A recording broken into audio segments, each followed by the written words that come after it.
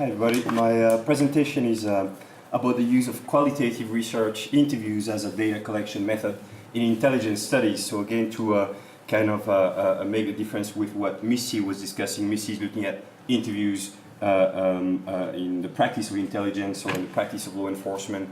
I'm looking at it as an outsider, trying to gather information on the practice of intelligence, to learn about intelligence and write about intelligence as a scholar of intelligence. And the paper addresses two types of concerns that are related to interviews as a data collection method.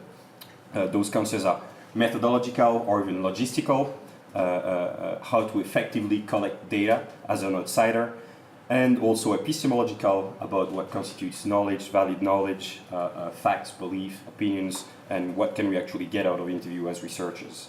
And so again, I should kind of emphasize that my concern here and my practice here is as an outsider researching intelligence.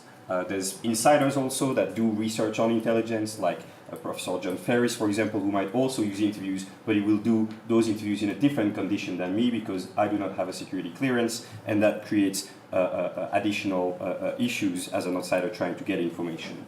So a frequently cited estimate in social sciences, and you see that in dozens of articles if you start reading a bit about qualitative research interviews, says that around 90% of all social science investigation relies on interviews in one way or another, defined very broadly. So I thought, well, is that really the case, and what about in intelligence studies? So I went through all the articles published in the flagship journal of intelligence studies, which is called Intelligence and National Security.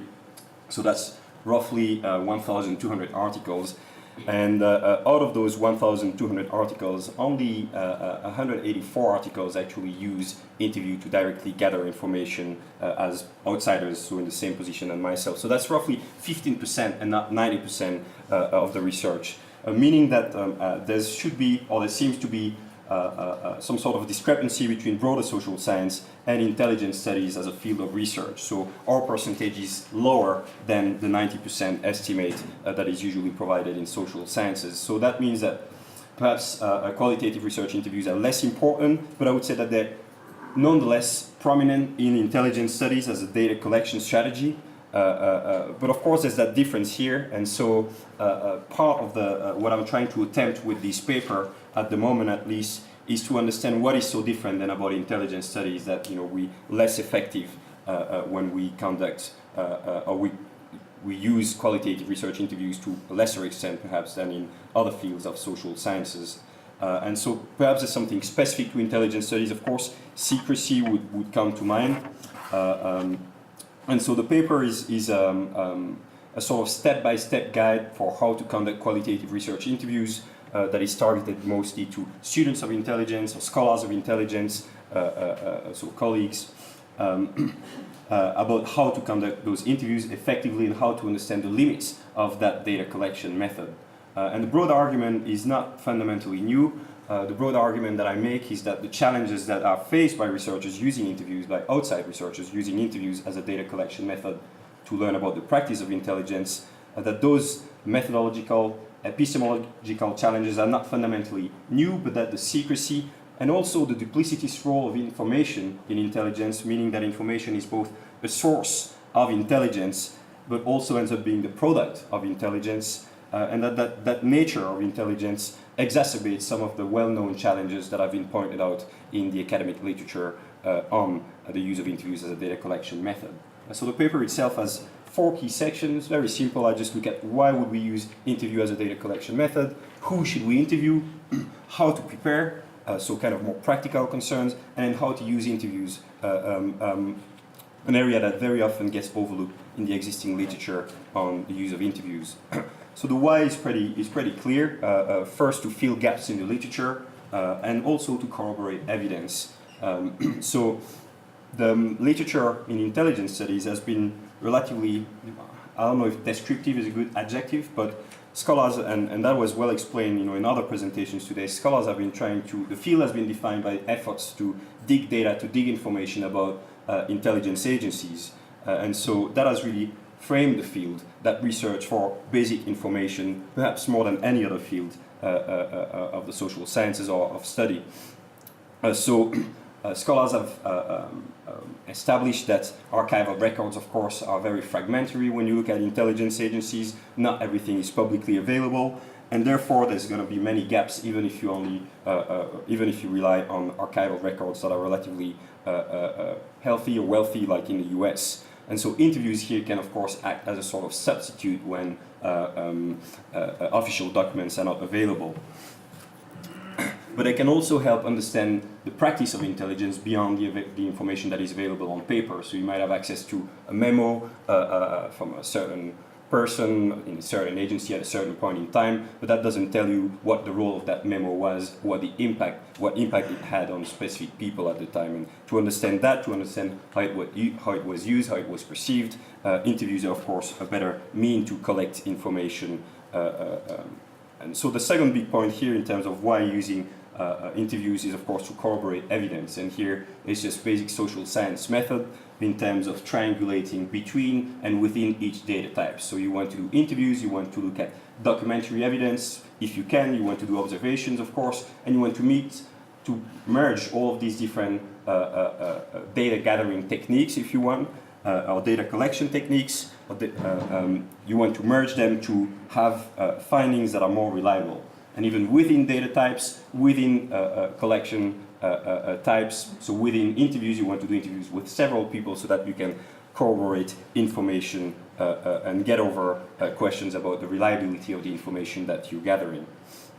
And that is perhaps more important in intelligence studies than in other fields, because as Richard Aldrich has pointed out before in his research, there's a higher risk perhaps in intelligence studies that the information that we get out of the archival records might have been manipulated or might have been incomplete, just because the work in the practice of intelligence professionals deal with incomplete information. Otherwise it wouldn't be intelligence, it would just be facts. And so that's perhaps one of the areas where intelligence scholars have to be a bit more careful. To be sure, interviews are not a perfect data collection method. There's a series of problems with interviews. They're costly, they're time-consuming. They reveal very often perceptions more than facts, depending on what the researcher is interested in, but also depending on what the interviewee is able or even willing to say. And then interviews are, of course, only as reliable as their narrators, as their interviewee. So the reminiscences, the memories of the interviewee are treacherous, either because of memory lapses, also because of personal attitudes and personal preferences, perhaps even political preferences. So Alison Shelton, an intelligence scholar, for example, points out a sort of theoretical example where she says, well, what would happen if I were to interview somebody who used to work for an intelligence agency, was an operator and was involved or had knowledge of a political assassination program in the 1970s and 1960s, let's say. It would be quite possible that that person might feel compelled to prevaricate on the true nature of their involvement in that specific political assassination program because it wouldn't sound good or it wouldn't show that their involvement in that agency would have been particularly positive. So just a small sort of theoretical example to give you an idea of how treacherous memory and interviews can be. So these limitations suggest that intelligence scholars need to be even more aware of the problems of methodology and epistemology, perhaps, than other scholars working on less problematic or less sensitive issues. The second big question that I'm looking at in the paper is who to interview. And here, I haven't got the specific data yet, but my plan is to, again, go through all the articles published in that journal and look at who is being interviewed, what type of people are being interviewed when the people are actually mentioned in the sources. But my sense so far is that most, if not a vast majority of research in intelligence studies that has been relying on interviews has been interviewing elites, meaning usually senior officials level.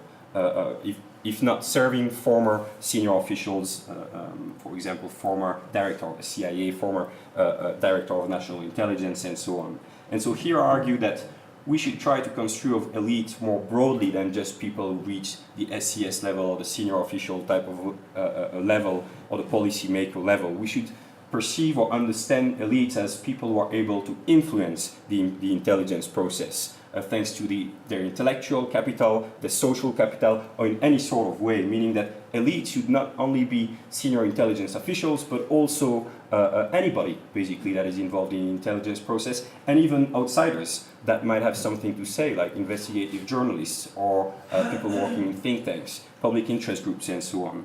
And the reason why I want to adopt that broad understanding of who to interview is because I think that if we just interview people that are at the top, we just have one view of the intelligence process. So we don't really understand the nature of what intelligence is if we always have the view from the top. We need to have the view from the bottom, we need to have the view from the outside, from the inside, from any sort of way to truly understand what it is that we're studying. And so just focusing on the elite in some ways, even though they might have better access to information, even though they might be better able and better positioned to discuss their practices, ends up being limiting for the field. The rest of that section on who to interview looks at how to identify contact, how to sample out, also how to sample a pool of potential interviewees. And here intelligence studies also has been very limited. We always, or most of us, rely on convenience sampling. We basically interview who we can get access to and who wants to talk to us, but we cannot do some sort of sampling like you would have in other fields where you would have a roster of all the employees working for the Department of the Agriculture or something like that, or the European Commission, for example, would be a good example. They make the roster publicly available, and then you can kind of random sample and do maybe 20, 30 interviews that will be representative of a broader set of people. We don't do that because we don't have the rosters with all the employees that are within one or the other agency. And therefore, the findings that we have out of the interviews are less representative, or we cannot even claim that they're representative. At best, they're sort of illustrative of some of the things that are happening within the agencies. And so that limits some of the claims that intelligence scholars can make. So that's one of the limits, again, that is perhaps a bit more specific about intelligence studies. The next section looks at how to prepare interviews. So how should we choose about the type of interview that we're doing? Should it be completely unstructured, just having a conversation with practitioners? Or should we try to structure it? Earlier today, a question was asked about, a point was made about the lack of quantitative approaches in intelligence studies. Well, that's one area, for example, we're using more structured interviews like my colleague Steve Coulthard has done with his questionnaire at the Department of State. Can create possibilities to actually start doing some more quantitative work in intelligence studies instead of just doing qualitative work in intelligence studies. One of the key issues I'm looking at in how to prepare for the interview is the issue of positionality. That is to say, the relationship between the interviewee and the interviewer. And that's getting kind of some of the stuff that Misty discusses, or at least researches in her projects. But my concern here, or one of my concerns here, would be thinking about the relationship between interviewee and interviewer. So the interviewee would be an intelligence practitioner or former senior level intelligence practitioner. The interviewer could be a foreign researcher like myself. Or it could be somebody who used to work within the US intelligence community, now has retired and has become a scholar. The relationship that I will have with the interviewee that is serving the US government as a foreigner will be very different, and the question and the answers that I'm going to get are probably quite different than the answers that a former insider would get or that an American citizen would get. So these questions need to be taken into account by intelligence scholars using interviews as a sort of research technique. And here the key really is to find, for both myself as a foreigner, but also for the former insider turned scholar, the key is to find a balance between finding that critical distance with the interviewee, but also to be able to build rapport, to build that relationship, to be able to get data out of the interviewee that is relevant. I'm going to move to the last section because I just have kind of a minute and a half left. And the last section looks at how to use interview material. It's one thing to collect all that data, but really the quality of your research and your product is often defined by the way you use your data sources, not by the fact that you had amazing data sources and that you interviewed such or such person. So really what defines the quality of the project is how you use the information, not just who you collected it from and where you collected it from. And so here I talk about all sort of issues that are more logistical, like transcription, citations, consent. One of the points that I wanted to point out was decisions about using interview material. And that's interesting to me because that's another area where the researcher can actually induce more bias into the research. The interviewee, the researcher has to be aware that any information that is coming out of the interviews could have been provided, could be faulty, could be incomplete, and that needs to be taken into account when writing the article, the research, the project. Same thing for the interviewer. As an interviewer, as a researcher, the bits of the interviews that I decide to put in the project, or the interviews that I decide to use and those that I decide not to use, that can also induce some bias in the project because I make those decisions and I need to make them based on sort of objective, or try to base them on objective criteria, but inevitably it is subjective. I'm out of time, so I'll just conclude in 1 or 2 sentences. And so to overcome some of these limits, the best way we have as social scientists is still to use triangulation, as I mentioned, to corroborate between different data types, between different data sources, and within each data source, data type. So using open source, like Arno discussed, for example, would be one way, and merging that with observations, interviews, and so on.